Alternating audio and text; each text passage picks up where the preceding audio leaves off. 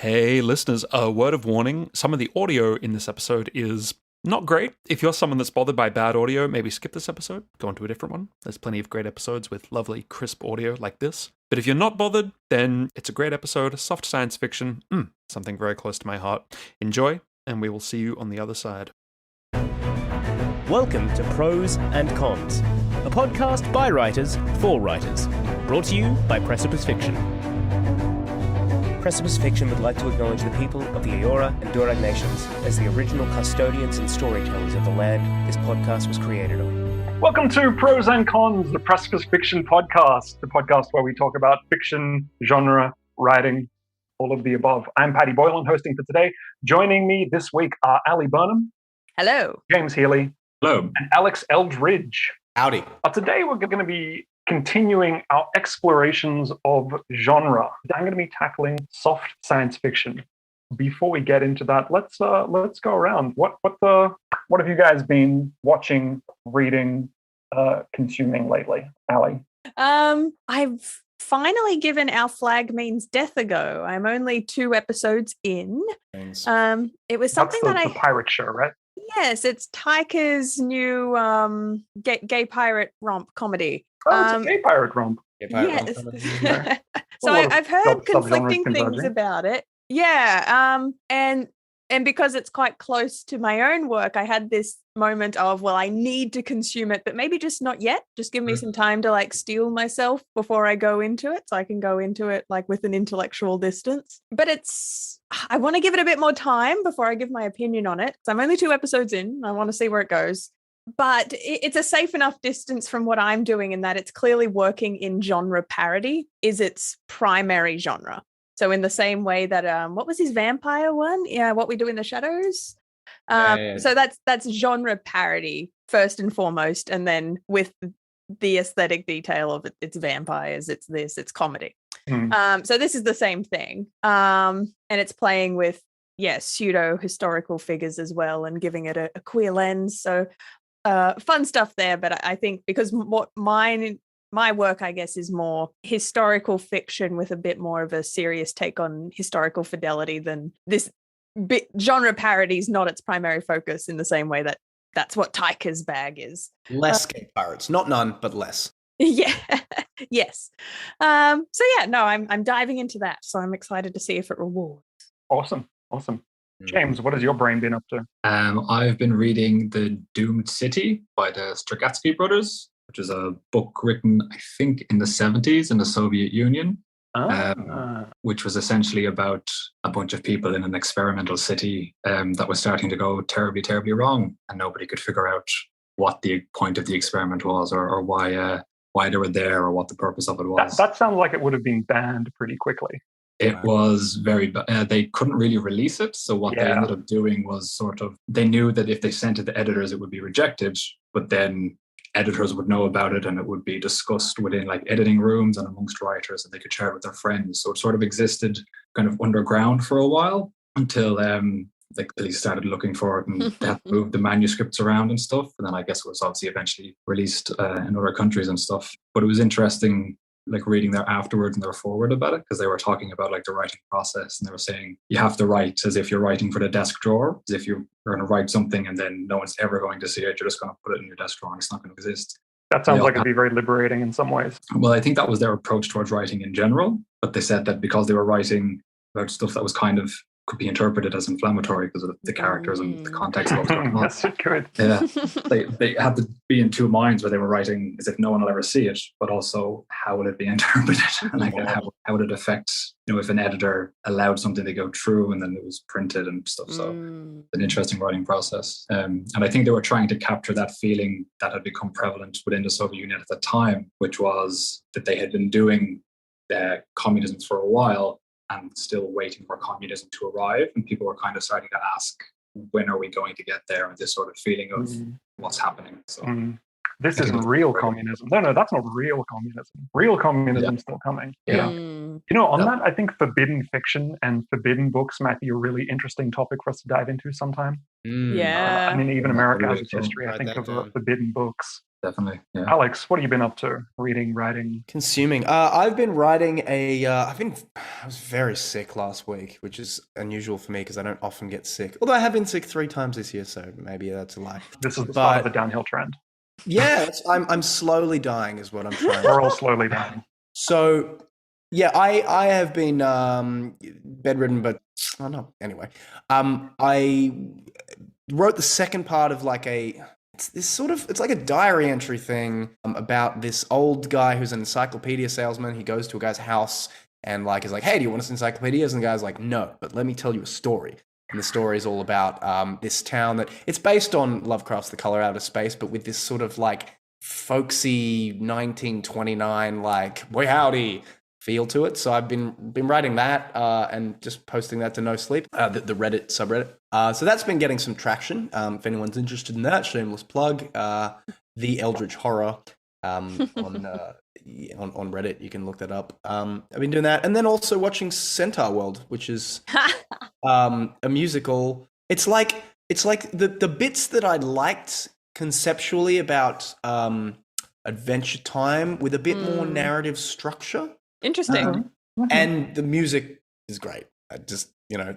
For anyone who's just wants to dive into it and be like, what's just a fun episode to look at? Look at the one with the cats. I forget what it's called, but it's an episode with cats. There you go. And it's fabulous. You heard it here first. What was it? Centaur World? Centaur? Centaur. It's Centaur World. For some reason they pronounce it Centaur. It's like there's a U there, dude. Like, when you don't say Taurus. Like they know what they're doing. They say Centaur World. So well, I feel like Adventure Time was a long string of in jokes, so this is probably continuing that trend, right?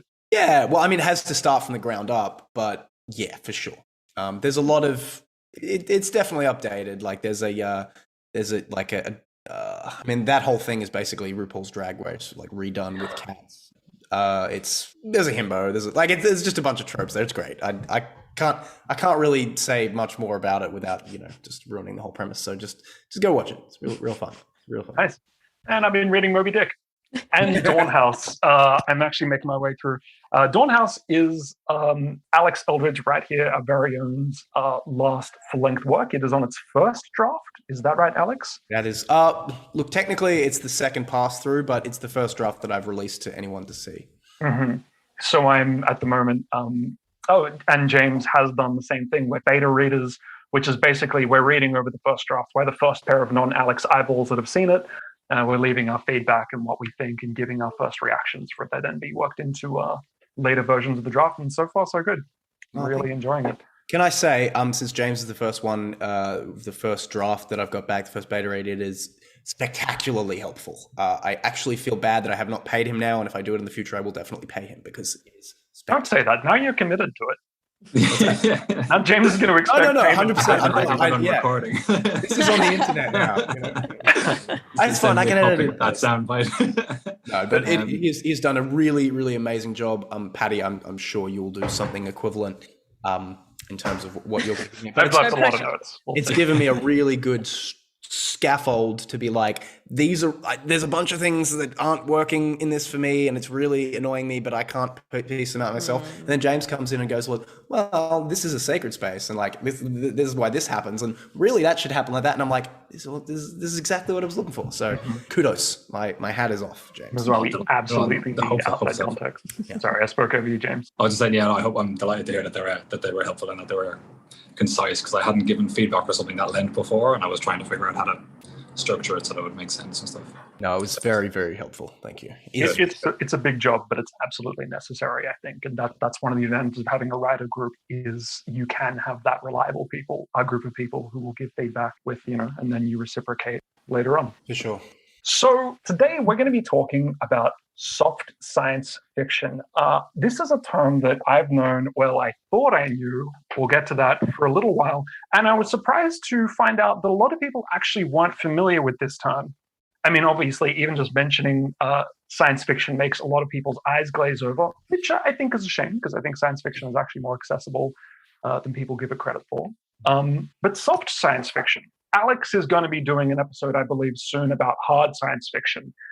Alex, I'm going to try and step on your toes too much, but it's impossible to talk about one without the other. They are two sides of the same coin, or, as it were, two sides of two separate coins. Let me explain. Going into this, I was absolutely sure I had a really good grasp of definitively what soft science fiction is. It turns out there are two different operating definitions out there. Neither seems more correct than the other. The Wikipedia page gives preference to one over the other, but I think has equal amounts of both. And there are no shortage of very angry people online battling each other on forums over which is the one true definition. But before I get into it, I want to ask you guys what you understand, or maybe you don't understand, what soft science fiction is. James, before today, did you have any understanding of what, like, had you heard the term soft science fiction? No, I had heard the term hard science fiction, which I interpreted as space. And I know that we had kind of batted the words around soft and hard a few times. And whatever definition had been given to me just hadn't sunk in. So in preparation for this, I had also Googled it about an hour ago and got the Wikipedia's definition of soft science fiction. Did you find the same two simultaneous definitions operating together in this weird quantum state? Quite lazy, and I just took the first Wikipedia definition, and I think it summed it up as soft being kind of science fiction based on psychology, political science, or anthropology, kind of the soft sciences. And because I associated more with, like, that's the kind of science fiction I read, and that's the kind of science fiction that I like to write, as opposed to what they described hard science fiction as being astronomy, physics, and biology, which is kind of like just more detailed. I was kind of like, oh, I'm soft science fiction, and I like that definition, and I just went with it. Ali, soft science fiction, what does this mean to you? Yeah, no, that what James just said, I pulled a face because I'm like, I never would have gone that way of thinking. If I was to reach how I always defined the two terms was, say, they have different priorities, different promises of what they're giving their audience. I would have said a soft science fiction cares a little bit less about the laws of the universe and just wants to spend time delivering the really cool what ifs, the what if we could go to another planet and meet different aliens, or what if we had this cool technology, and it just wants to spin the narrative on that premise. It's not actually going to spend too much time interrogating wait, that technology doesn't make any sense. While hard science fiction, I would have interpreted, had slightly different priorities, where it was going to prioritize the rules of the universe and be like, this is a really cool scientific fact or a scientific principle. Let's extrapolate what happens. Let's just take that to its logical conclusion and kind of let that drive what the narrative would be. So, and a hard science fiction audience might feel betrayed if suddenly the science stopped making sense, like a promise of the genre would be broken. So that's how I always understood the two different terms. And this was actually my understanding as well, that again, I just thought was the definition up until a few days ago.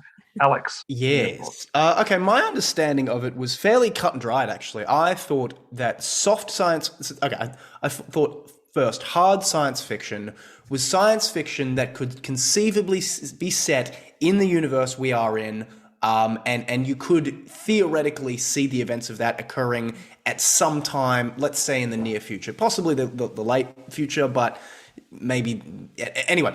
And then soft science fiction was something that did not conform with the laws of the world that we exist in, sort of what Ali said. So, for example, my definition of maybe the definitive, not definitive, but certainly a definitive science fiction would be hard science fiction would be The Martian.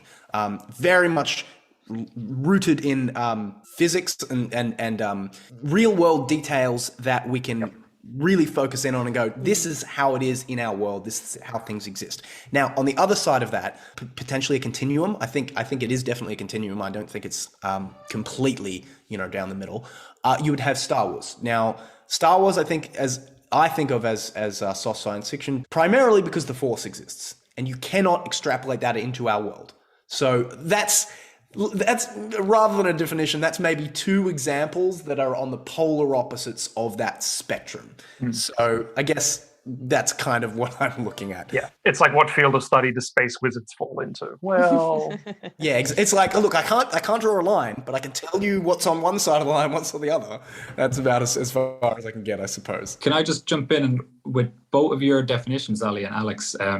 The hard science fiction stories then, would they primarily focus on the science, whereas the soft ones might focus more on the characters or the emotions of the characters or the interrelationships and stuff like that? That's a good question. I think blanket, maybe, yes. But I feel like something like Star Trek wants to have fun with gobbledygook science, in though it's not very hard. It's not hard sci-fi, but it's having fun pretending it's being science. They sure do make up a lot of terms. Yeah. Yeah. So for me, that kind of, it's soft science fiction. Star Trek I would have put in the soft science fiction box because that's nonsense what they're doing and that would never have happened. Sorry, Trekkie. But the genre is still, we're doing science things and it's research and it's fun. I'm starting to get an idea now between, even though there's two opposing ways of defining them, I think I'm starting to get a feel for what falls in what category. Yeah, and as it turns out, we're all more or less right in that there are two different definitions. James, the one that you were speaking to, the difference in hard and soft sciences, that's a lot more common than I thought, in that I didn't know it existed until recently. A lot of people absolutely want to define it as hard sciences, physics and biology and astronomy, although even biology apparently is contentious. I don't think biologists. That's right. Engineers think that anything that's soft and malleable is a soft science. Whereas soft science fiction wants to deal with political science, psychology, sociology, economics, arguably. By this definition, so if I were to ask you, like, what does Handmaid's Tale fall under? Yeah, there's some stuff about reproduction and there's a virus that sweeps across the world, and that's kind of sciencey stuff, but mostly it's about the society. The science is really just a way to explore humans and human interactions and how society could change with events. And in that sense, I think it actually has a lot of overlap with speculative fiction. Same as 1984. Yeah, there's some, futuristic elements, but really what he wants to talk about is humans on a macro level and a micro level and how they change under extreme sorts of pressures. Yeah, no, that really made me think about how I would define just dystopian or just future projection stories. So I feel like if you had accosted me on the street and asked me, I would have been like, yeah, that's a sci-fi story. But then now that I'm thinking a bit more deeply about it, I'm like, well, what makes it science fiction? Just the fact that it's in the future isn't enough to be like, well, it's not actually talking about science. You're right. It wants to say. It's just future projected ideas of where society's going. So that's really interesting. Yeah. These are all messy, imprecise terms because, yes, a lot of things are dumped into science fiction as a bucket, even though science really isn't much of a concern. Yeah. So that's one definition, the difference between hard and soft sciences. And the other one is what Ali and Alex, you guys were alluding to, that I thought was the canonical definition. And that is how seriously the work wants to take the science. Let's take...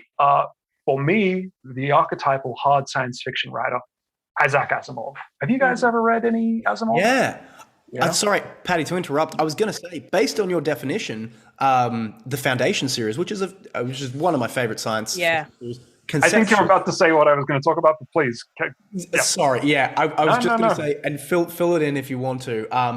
The Foundation series would, by that previous definition, be almost the definitive soft science fiction. Yeah. Because of psychohistory, right?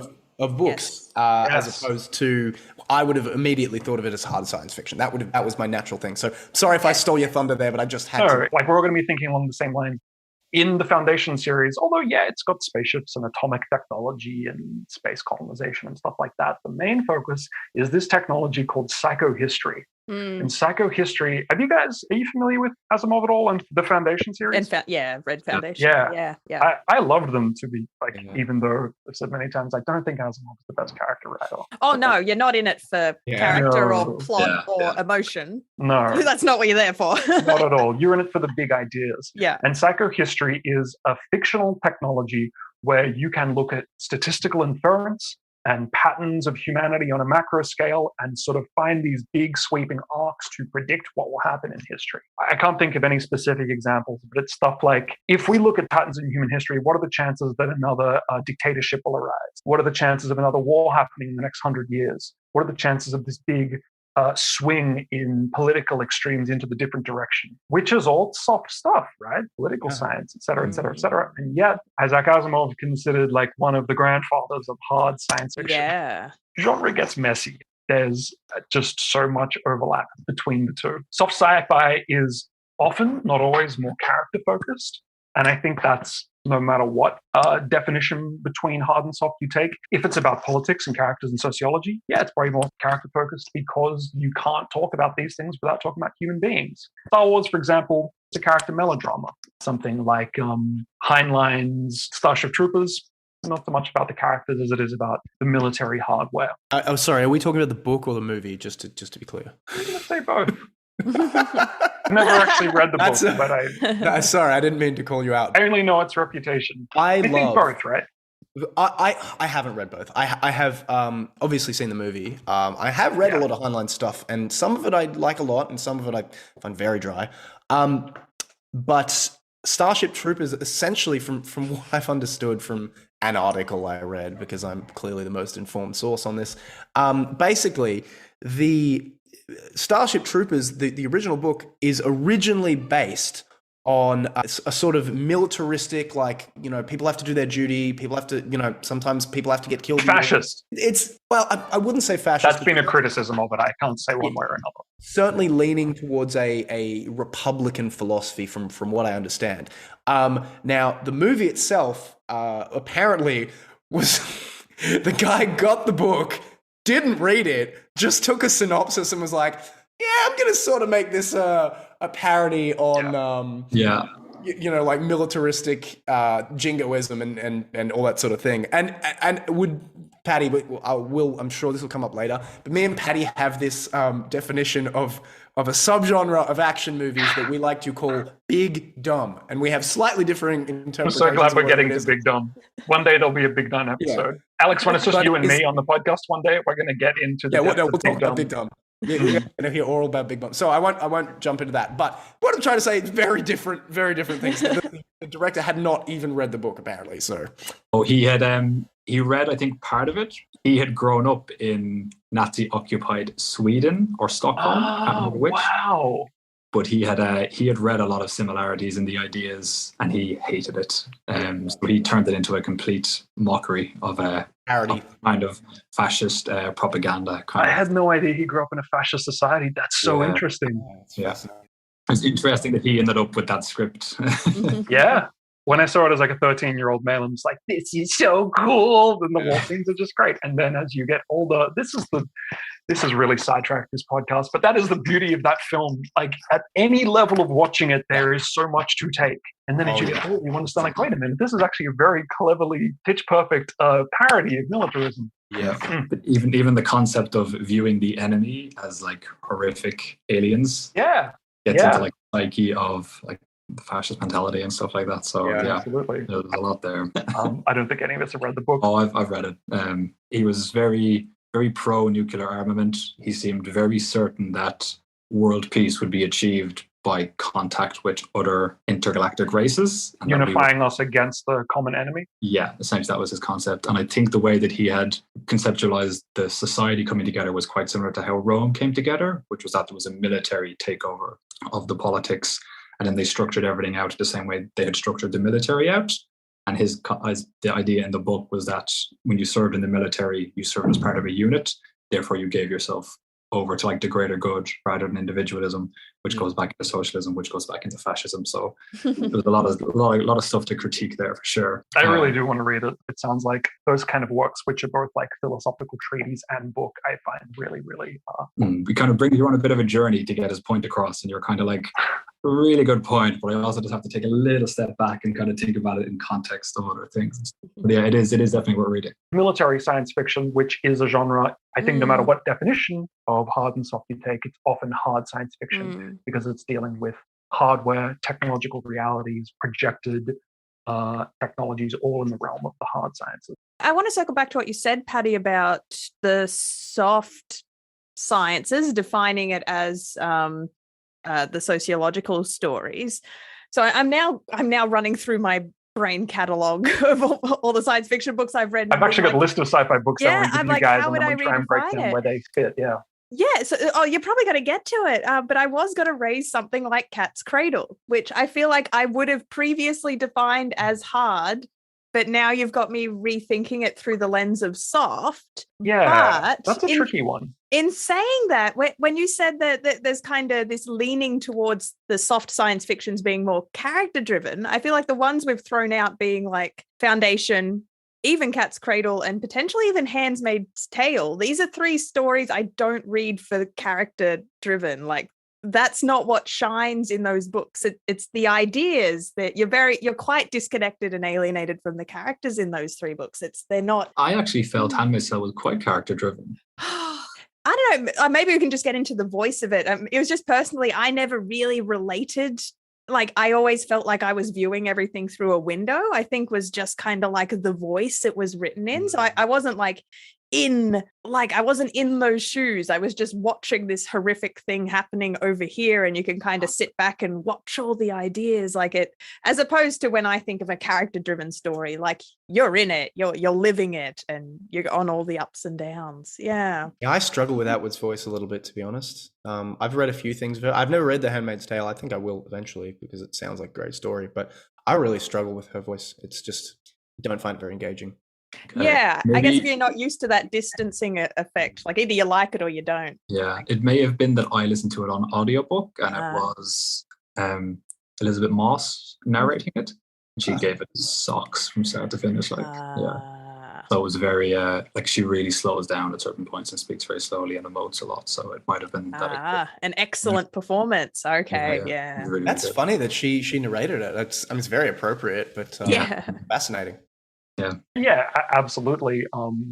There's an idea that one is more character focused and one is not, but I don't think that needs to be the case. I think like almost another axis on which you can look at it is how much the science. Actually, let's take a step back. When we talk about science fiction, often it's this really broad umbrella to mean anything that might be in the future, anything that might have speculative technology, anything that might have science that we don't have, which is almost, I don't want to say too broad a way of looking at it, but a very broad way of looking at it. It seems like anything, if it isn't fantasy, if it doesn't have swords and dragons, then it almost must be science fiction. Do you guys kind of feel that as well? Yeah, I actually heard someone describe Mad Men as science fiction. Really?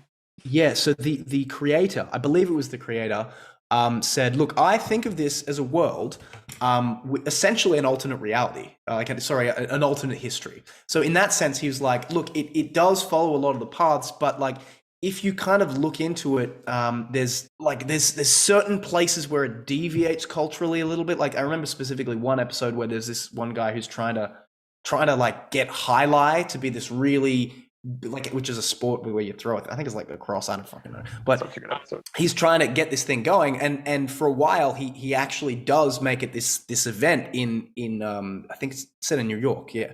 And so that would fundamentally change part of the history of New York. So that's a very loose definition of science fiction. But I agree with you. I think almost anything is science fiction just by dint of it not being our world. The problems with genre. And you could call that speculative fiction, but you can't really say where one ends and one begins. I suppose this is why this is such ripe topics for arguing about, because no opinion is definitively wrong about this. Yeah, I came to the term speculative fiction late because I feel like it is much more of a book term than we don't use it in film. And so it seems like a really broad umbrella term. And then you've got your pocket of your fantasy over here, your sci-fi pocket over here that falls under the umbrella of speculative fiction.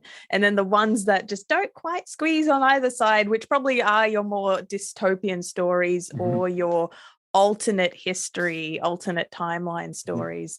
So it seems their only virtue of being science is you have to let your imagination picture a different world. This idea of a branching timeline. That's like the only science you have to reach for. And maybe it's 10 years in the future, but maybe not. That's not even necessary. That's the only kind of exercise you need to do is your imaginative engagement with this genre, which I kind of love in general, that speculative fiction. That's part of the ask.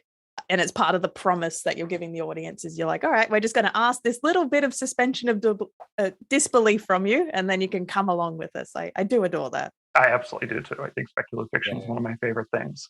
And getting back to Star Wars, Alex, and this is another thing that I wanted to tackle under the first definition that I used of hard versus soft. How much does it really care about the science? If that's what you're using as your definition, I think you could call Star Wars the archetypal soft science fiction. Yeah, I can see that. It's not about the science. Who cares how lightsabers work? It doesn't matter. Who cares that there's space wizards flying spaceships? Yeah, we're not here to discuss it. Yeah, the droids, are they sentient? Are they not? They're just kind of wacky sidekicks. Let's assume that they are. It's not important. It's really just about telling a rollicking good story. And then there's some science fiction, soft science fiction works like 1984 and Margaret Atwood stuff that wants to talk about something with soft science. Star Wars, it's not really about that. It's often called a science fantasy. I don't know if you guys have ever heard that term, science fantasy. Yeah, which I think is also appropriate because really the rule of cool is at work. And the rule of cool is exactly what it sounds like. If it's cool, it's in the story. It doesn't really matter why or if it makes sense. Like, if it makes you grin ear to ear, then that's what it's all about. So soft science fiction, I think a lot of the time, not always, but under that first definition, is entertainment science fiction. It's adventure science fiction. It's big rollicking stories and space operas sometimes, although they can be hard science fiction as well. So can I ask Paddy, I think we've established quite a few versions of soft science fiction that we would have looked at. What would we define as maybe the definitive hard science fiction? I want to leave that for you. I'm trying not to step on your toes. Fair enough. No, and you've done a very good job in focusing on. Thank you. Trying to. It's hard to talk about one without talking about the other. But I mean, if you want to dip your toes in it, I'm not opposed. Like I said, anything by Asimov. Like, the guy himself was a scientist, and I think a very highly regarded scientist. So when he wrote works, like, he really wanted to speculate about what was possible and what he saw as like plausible technological futures. So I think because everything is so grounded, and it's also got those stereotypes of like, it's got kind of bad characters, which is also like a very stereotypically hard science fiction thing. So focused on the science and the details that humanity sort of falls by the wayside. Well, I don't know. I mean, ironically, I feel like he does, because he's got some later novels that are basically like a meshing of a detective novel and like science fiction, and like there's actually quite a lot of love for the main character within that, and it's a guy who goes over multiple things. I think there's two different versions of it, which is like detective and sci-fi just sort of smooshed together. And the characters are not spectacular, but you can tell that he's got a lot of like love and enjoyment of these characters. Like they're not robots. They're not actually. Some of them literally are robots. Some of them are literally robots. But no, there's a certain fondness for them. Even though I feel like maybe he wasn't as good at developing them out, that's not to say that he wasn't. He didn't enjoy the concept of character. Did Asimov do the iRobot series? Yeah. Or was that? Oh yeah, because the first one of those was almost entirely like logic puzzles. Yeah. Just I adored it for that. I absolutely loved it. Yeah. It was. And I think that is super hard sci-fi, right? Yeah, for sure. Yeah. And has anyone read any of the Expanse series? No, but I actually have that on my list here, and apparently that's like very rooted in like the realities of near future space travel, right? Yeah, I actually couldn't get into it because I felt like the prose were quite grating to read, but definitely some of the science and some of the imagery and how things worked made so much sense and felt so real. Seeing where characters are trying to get off a ship that is under fire from another ship and the gravity has gone out. But one character has like broken a limb as a result of this, but he's okay because there's no gravity, so he's not really noticing it. But as soon as they switch the gravity back on, like his broken ribs are gonna enter his mouth and stuff like this. So there's all these like weird little dilemmas that feel so real because your man is actually, he understands it and he's written about it and he's described the ships being completely non-aesthetic, just pure like buildings floating through space. It's all Yeah, and the way that like blood moves in a vacuum and all this stuff seems so on point. But then the characters are really bland, and like the words on the page are just so it's not my kind of read. But I personally have a very high tolerance for that. I'll take some pretty damn bland characters if it comes to. I think you'd love the Expanse then, because it's really, really hard science. Let's save a lot of this for Alex's discussion, I think, because there's so much we can talk about here, and yeah, Alex's episode awaits. There is something I did want to jump in with. It just got me thinking about it when we were talking about how Star Wars occupies kind of almost that middle ground between fantasy and sci-fi. And it made me think about how when sometimes I'm talking to my students, I talk about genre existing almost as two different Venn diagrams that overlap a little bit, in that you'll have your structural genre and then you've got your aesthetic genre. And the idea is that you can happily mix and match and blend these two things. And the idea that each genre that we know has an inherent promise of some structural elements, and it has a promise of some aesthetic. And by aesthetic, I almost mean just the clothes it's wearing, just what it looks like, where it's set. Yeah. Like a detective story set in the Wild West. It's not really a Western, but it's aesthetically a Western. Yeah, exactly. Okay. But Western for me almost sits right in the middle, because there are some structural elements and tropes that if you're writing a Western, you can't ignore. And so what I love about the Western is you can take structural elements of the Western and put different clothes on it. So you can have the sci-fi clothes of the one person who rides into town. And so I love that mix and match. For horror, also kind of exists right in the middle, that there are structural promises of horror. There's also certain clothes your horror must be wearing.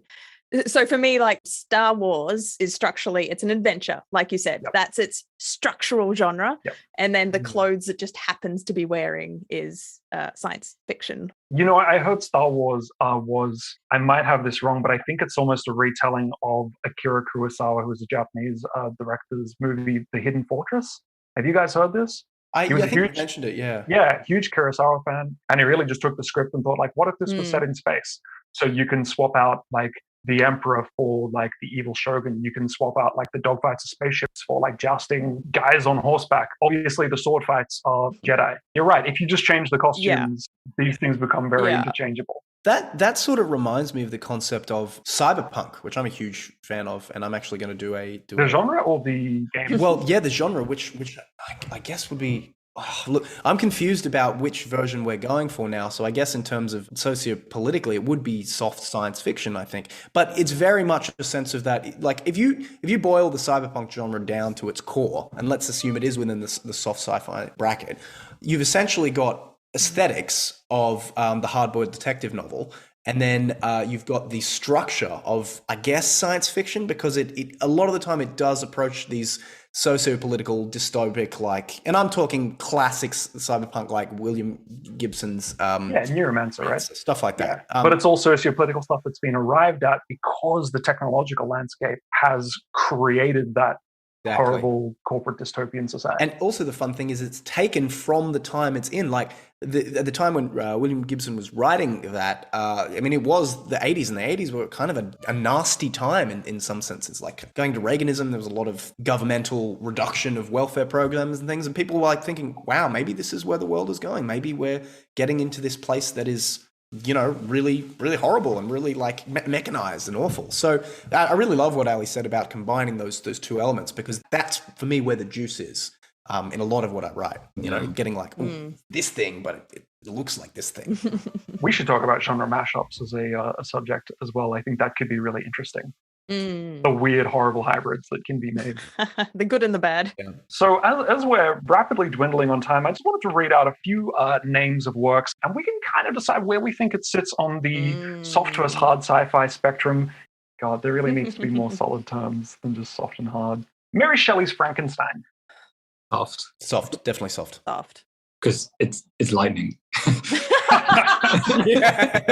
It's just, I'll get up to some lightning and it'll come back to life. But hang on, which are we taking, the sociological or the or our gut feeling? Is it soft or hard? Leave this open. Because I guess what she's doing is, God, what is the scientific field she's working in? Lightning, electricity. Biology? Yeah. Is it biology? So maybe, yeah. is that a hard or a soft science? Necromancy. What science is that? I was about to say necromancy, but like, Yeah. now we're in fantasy. Uh, I feel like since it focuses on the existential Yeah. suffering of Frankenstein's existence, I feel like that's kind of a It's soft- got to be soft across the Yeah. board. which is often a soft science fiction thing.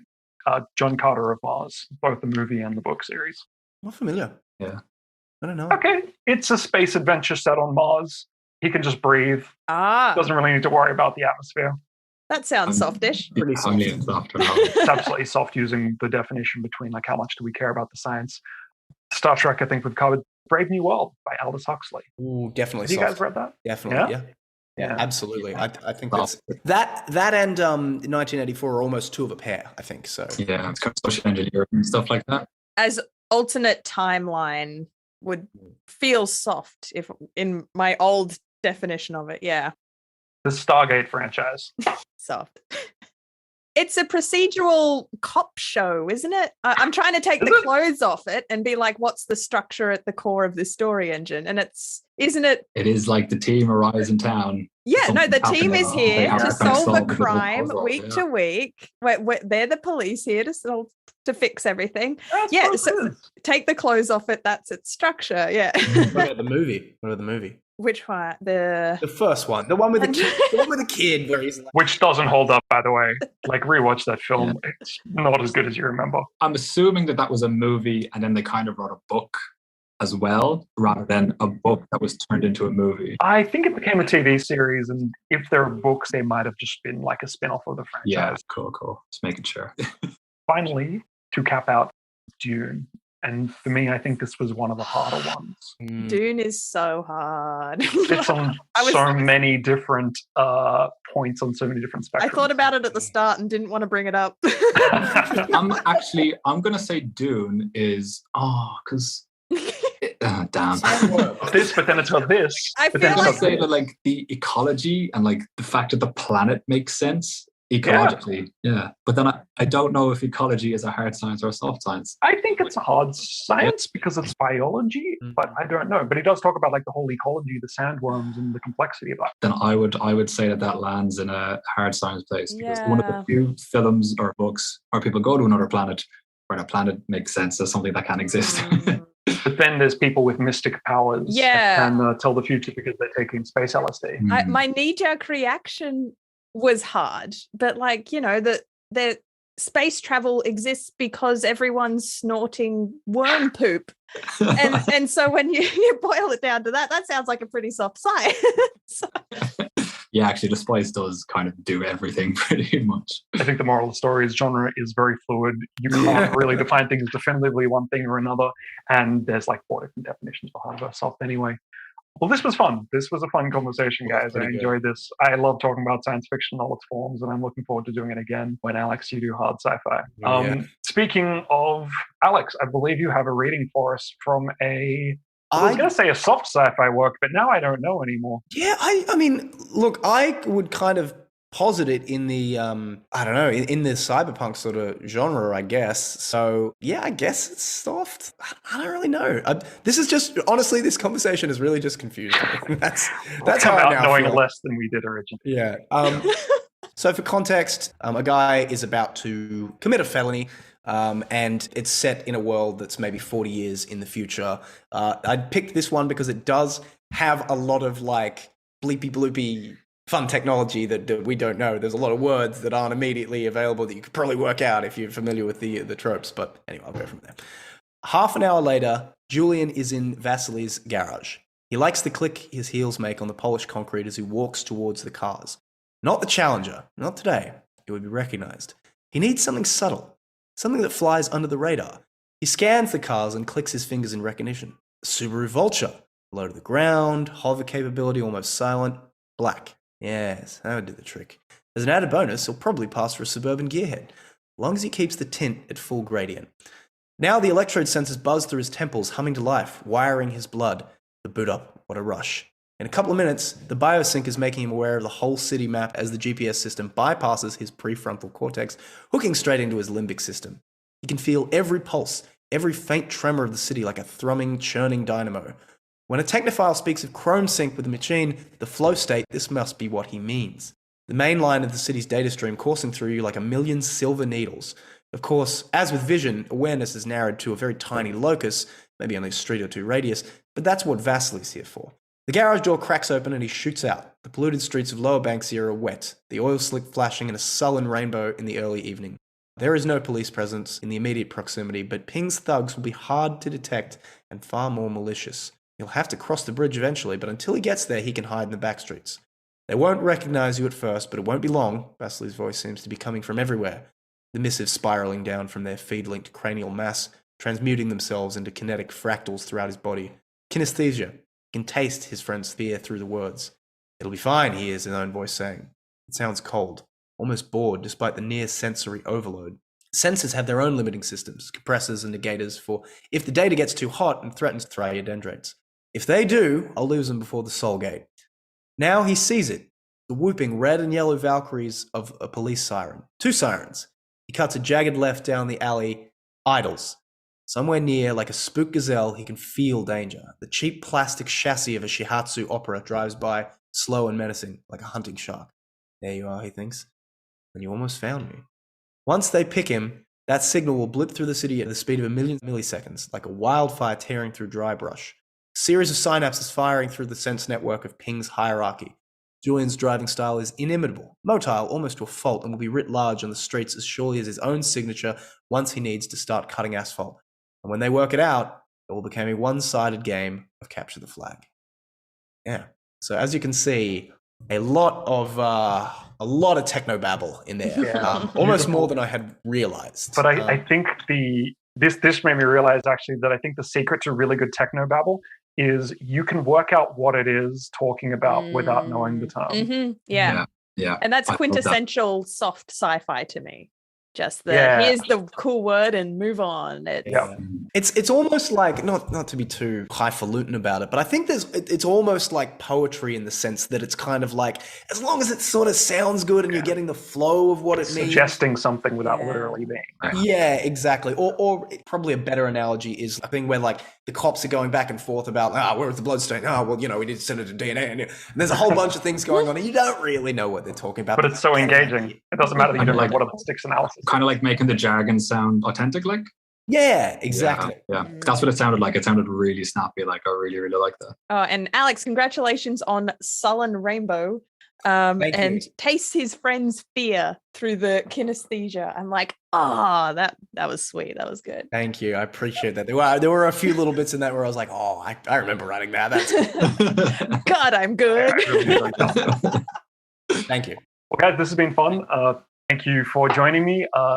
Listeners, watchers, thank you very much. This has been another episode of Pros and Cons. We hope you've learned something and haven't been too confused by this episode. I certainly have. Alex, can you close us out with a quote? This is one from Isaac Asimov on the nature of science fiction, and I think it's quite nice. Individual science fiction stories may seem as trivial as ever to the blinder critic and philosophers of today, but the core of science fiction, its essence, has become crucial to our salvation if we're to be saved at all. Thank you, Asimov. Thank you, Asimov. Thanks, Isaac. Well, this has been Precipice Fiction. We'll see you all again for the next episode. Thank you very much for watching or listening. So long. Bye-bye.